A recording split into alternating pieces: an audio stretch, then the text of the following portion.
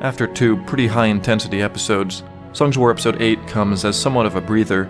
It's an opportunity to expand on everyone's situation and prepare for the upcoming events at the end of the season.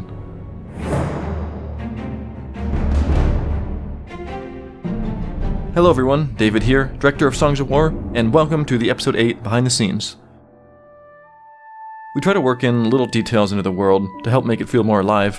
When Phoenix created this nice deer rig based off the Twilight Forest mod, it just seemed extremely fitting to see kind of walking around the Songs of War world. This episode had one of my favorite render glitches, I think. We rendered out the opening sequence with Sen and Igneous, and when I went to play it back, it looked like a nuke was going off. Even though I'm still a child, by most standards, I'm already about halfway through my life. I'd love to experience everything I can, but being a man... Turns out I just had put an extra decimal in the wrong place when doing some compositing or something. So, this episode, we needed another town that was bigger than Hogtown. A bigger town. Biggerton. The name was literally as simple as that. We kind of said it as a joke at first, but for some reason it just kind of stuck, and it worked nice as a name. Rumor has it that right down the street is Smallerton and Averageton. The Tavern sequence was a good opportunity to really show off all the different sorts of people and creatures, many of whom we haven't even seen before. I always try to avoid making my background characters too interesting, because you don't want to draw attention away from your main characters, your subjects. But in places like this, I wanted to make it seem like many people here had a story. There's this iron golem looking character kind of sharpening his sword. Is that armor, or is that like his species? We see some bandits armed with unique weapons, which I normally reserve for foreground characters. And then there's Green Thing. Everyone loves Green Thing. This was another judo scene, and I think he spent more time animating the green little guy than the rest of the Tavern sequence. It really shows in all his detail though. He can't quite see over the counter, and he has to kind of hop when he orders his drink. Then he kind of struggles to pull the cap off, and it eventually kind of pops out. When Igneous comes up behind him, who towers over him, he's a bit startled and heads off. Even his walk was animated a lot more custom to give him a kind of shorter feel.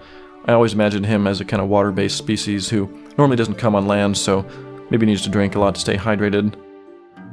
And the actual music in the Tavern was two different live recorded guitar songs.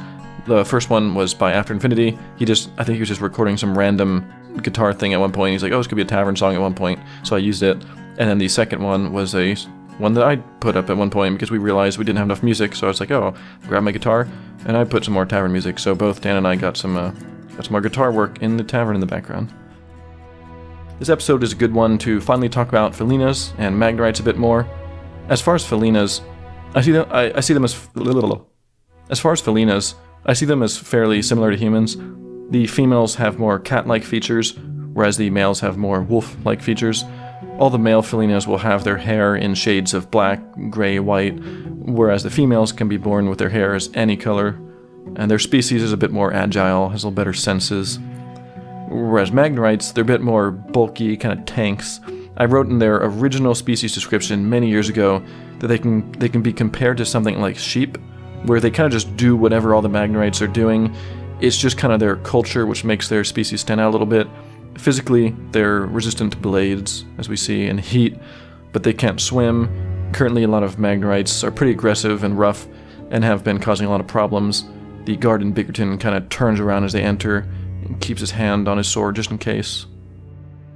I remember it was this scene that I really felt like I was really improving my lighting.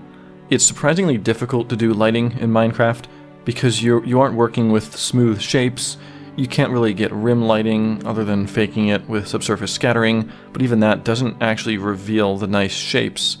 I was struggling to light some of the interior bits, and was debating whether to do bright lights on the characters and dark backgrounds, or brighter backgrounds and dark characters. I wanted the place to feel dimly lit.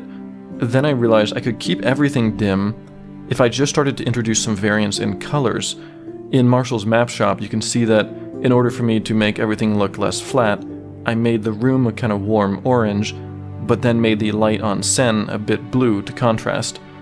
The Tavern was an incredibly complex lighting setup for Songs of War scenes. I'd added some colorful lights around the bar area to help give it a little more life. It also helps the characters stand out from the dark and dim backdrop. The undead skulls along the walls each have this ominous underlighting, and then there's shafts of light coming in from the outside, and a kind of warm glow coming from the big chandelier. and maps, the top-down maps. These are genuine maps of the world. I used Unmined Map Renderer, which is a great mapper. Then I color corrected it a bit to give it that kind of parchment look.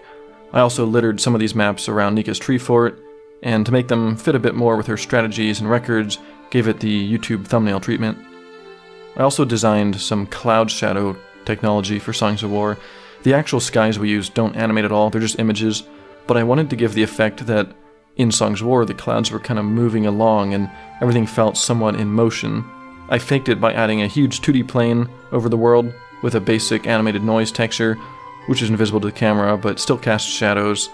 Most of the time you won't even really notice the actual shadows, but if you speed up shots sometimes it becomes a little more apparent. It also helps just kind of vary the lighting intensity in the environment to get a nicer final result.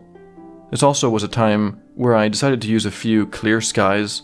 In Songs of War I usually lean towards kind of low sun angles like sunrise and sunset, or else kind of nighttime and dark clouds, but it seemed appropriate for this little bit of the story to just see some normal days for a change. There might not be too much more opportunity for this later. There's something else that happens this episode that I really like, which is it's the first time two story arcs directly meet. It's strange seeing someone like Sen standing next to Abigail, and this definitely won't be the last meeting between story arcs, that's for sure. Why would I say that? We also are introduced to a more military side of the world. Fort Zuka, it's a large military training fort in Felden, where we see archery ranges and training pits, and I wanted to show a character really kicking ass for a bit, so you know this guy is one of the best, and then we reveal and meet Kiyoshi. Kiyoshi's interesting to me. He's actually one of my favorite characters in the series because he initially acts as somewhat of an opposition to Lucan as they insult each other a bit, and then we learn Lucan will be forced to fight in the army beneath him. And he's one of those characters that he's not a bad person, he just conflicts with the characters we've been following. And if anything, Kiyoshi's the one who's a lot more justified, a little more pure. He rose through the ranks of the military and is now a renowned captain, whereas, Lucan just kind of lives a petty life doing crime. So it's an interesting dynamic between them now that they're forced to work together. For all the kingdoms, we designed various types of skins for the military, usually a guard and a soldier. For Kiyoshi, we gave him this little gold patch visible from the chest and on the shoulders to make him stand out as the captain. We decided to take that idea of the gold mark and make it so that his personal group of soldiers all use gold weapons. We even gave him this nice group of honor guards with big ceremonious golden staves. Unfortunately, you can barely see them. One final detail with Kiyoshi is his ear, which appears to have been cut or wounded. It's missing a bit of the tip and seems scarred. We thought this was nice to contrast the rest of his look and personality. His silver hair shading is extremely slick and clean, much more than most of our hair shading. So to see him have this little visible scar shows a bit of a rougher side to him, and it kind of makes you wonder a bit about how he got to this point. You can also see Skyfall as a soldier here. Skyfall animated these fighting training loops, which got used all around in the background. I also used these earlier in the Necrobase scene for the zombies kind of fighting each other, and even the Magnorites outside Oakendale. Meanwhile, at the River of the Guardians, Jackson be doing some sweet improv. Ignis's line here had a lot of improv that wasn't in the script. Sen, another thing about Magnorites, just a little something. I don't think we can swim. I always welcome voice acting improvisation. It helps things come across more naturally and sometimes leads to more of the funny details. Initially, this scene with the Guardians was in episode 9, and a scene from 9 actually is what ended the episode here, but we had some problems with 9 being pretty short, so we shuffled some things around in the end. It was, I think, the only time we ever changed actual scene ordering after finishing the script. We solved the problem of episode length, and I think we also ended up with a lot better cliffhanger here.